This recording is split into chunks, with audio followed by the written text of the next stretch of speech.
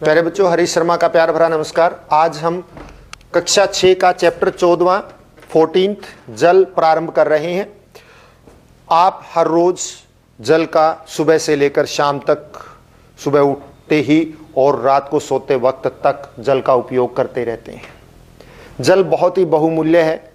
हम लगभग जीवन में हर काम जल के बिना नहीं कर पाते हैं। जल अति आवश्यक है। सबसे पहली बात है, क्या आपने सोचा है कि ये जल कहाँ से आता है? क्या आपने कभी सोचा कि हम जितने क्रियाकलाप हर रोज करते हैं कितना जल का उपयोग करते हैं? आज मेरी तरफ से एक क्रियाकलाप है। आपकी पुस्तक में भी एक सारणी बनी हुई है 14.1 और आपने इस सारणी को बनाना भी है। आपने क्या करना है, आप हर रोज अपने दैनिक क्रियाकलापों में कितने जल का उपयोग करते हैं, आपके पूरे घर में सुबह से लेकर शाम तक अलग अलग कार्यों में कितने जल का उपयोग होता है, आपने ये एक सारणी बनानी है अपनी नोटबुक के ऊपर कि आप कितना जल पीते हैं एक दिन में। दूसरा, नहाने के लिए कितना जल उपयोग करते हैं। आपके घर में कपड़े धोने के लिए कितना जल उपयोग होता है। आपके घर में साफ सफाई के लिए कितना जल उपयोग होता है। आप ब्रश करने के लिए कितना जल उपयोग करते हैं। तो इस प्रकार से अनेक क्रियाकलाप, खाना बनाने के लिए कितने जल का उपयोग होता है। कितने सारे क्रियाकलाप घरों में होते हैं जो जल की सहायता से होते हैं, पानी की सहायता से होते हैं।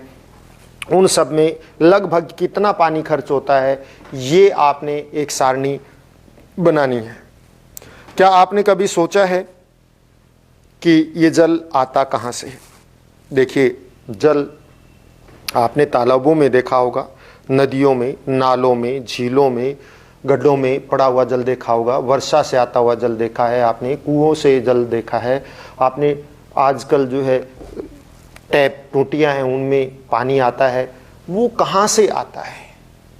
ये सब जल हम देखते हैं। वास्तव में जल हमारे पास जो आता है टूटियों के माध्यम से, वो जल घर से आता है। और जल घर में कहाँ से आता है? नदियों से या फिर नहरों से आता है। नहरों में जल कहाँ से आता है? नदियों से आता है। नदियों में जल कहाँ से आता है? नदियों में वास्तव में जल या तो वर्षा से आता है या फिर जो बर्फ पहाड़ों पर पिघलती है उसके पिघलने से आता है। ये जल जितना हम उपयोग करते हैं, अलग अलग सिंचाई के लिए भी उपयोग करते हैं, इसके अतिरिक्त मात्रा बहुत सारा जल जो है व्यर्थ में समुद्र में ही बह जाता है और समुद्र से ही उसी जल के वाष्प बनकर ये वर्षा के रूप में भी हमारे पास आता है। तो जल जो है अति आवश्यक है हमारे लिए। और आपने जल के बारे में हर रोज कितना हमारे घर में उपयोग होता है, ये एक आवश्यक रूप से बनाना है। पृथ्वी के ऊपर बहुत अधिक जल है अगर देखा जाए तो, लेकिन उपयोग के योग्य जल बहुत ही कम है।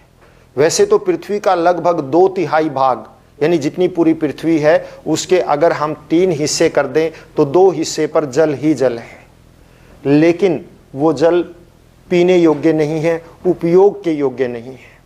एक कवि ने, जिनका नाम था S.T. कॉलरिज, 1798 में एक पोएम, एक कविता लिखी थी, राइम्स थी, rhyme of the ancient mariner, यानी कि ऐसे लोग जो समुद्र के अंदर घिर चुके हैं उनके ऊपर लिखी थी कि हर जगह जल ही जल पर पीने के लिए कोई बूंद नहीं। हर जगह जल ही, क्योंकि समुद्र में घिरा हुआ आदमी, उसके चारों ओर जल ही जल होता है, लेकिन वो जल पीने योग्य नहीं है, उपयोग के योग्य नहीं है, तो पीने के लिए एक बूंद भी नहीं है। जल हम फिर क्यों कहते हैं इतना, अगर 2/3 पृथ्वी जल से ढकी हुई है, फिर हम क्यों कहते हैं जल की कमी है? आपको पहले ही बताया जा चुका है कि वो जल खारा है, वो उपयोग के योग्य नहीं है।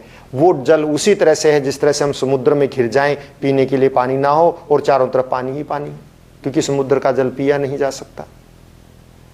तो इस प्रकार से जो पीने योग्य जल है, जो उपयोग के योग्य जल है, वो जल बहुत ही कम है और वो उसकी प्रतिशत मात्रा पूरे जल के 0.1% के बराबर है। यानी कि पूरा जल से बहुत बहुत बहुत हजारवां हिस्से से भी कम है।